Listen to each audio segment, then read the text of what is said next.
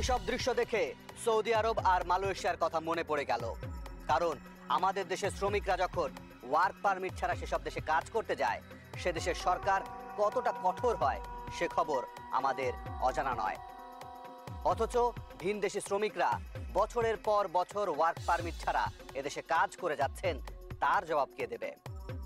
যাই হোক, চট্টগ্রামের খুলশী আর এই এলাকা থেকে পাওয়া তথ্যগুলো একটু মনে রাখবেন, কারণ অনুসন্ধানের প্রয়োজনে আমরা সেখানে আবারও যাব।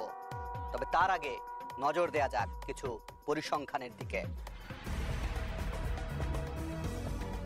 বাংলাদেশে কর্মরত বিদেশিদের মধ্যে সবচেয়ে বেশি রয়েছেন দক্ষিণ এশিয়ার দেশগুলোর নাগরিক, যাদের অনেকেই অবৈধ। তবে কে বৈধ আর কে অবৈধ তার তদারকি করবে কে, সেটা আমাদের জানা নেই।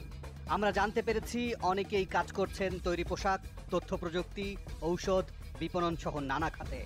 আমরা জানার চেষ্টা করেছি বিদেশি এসব নাগরিকদের আসা, থাকা এবং কাজ করা কতটা বৈধ।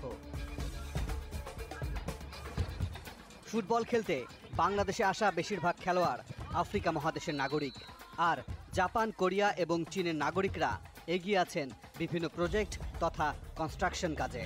এছাড়াও এনজিও, বিউটি পার্লার, স্পা এবং ব্যবসার কাজে নিয়োজিত আছেন অনেক দেশের নাগরিক।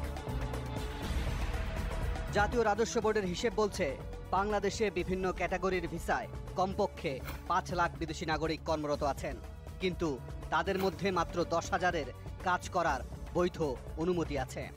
২০১৩-১৪ অর্থ বছরে ঢাকা কর অঞ্চল ১১-র একটি সার্কেল থেকে ১৮৭ কোটি টাকার কর আদায় করা হয়েছে, যেখানে বিদেশিদের কাছ থেকে আদায় হয়েছে মাত্র ১৩ কোটি টাকা। এটা আমাদের কাছে স্পষ্ট একটা বড় অঙ্কের রাজস্ব হারাচ্ছে সরকার।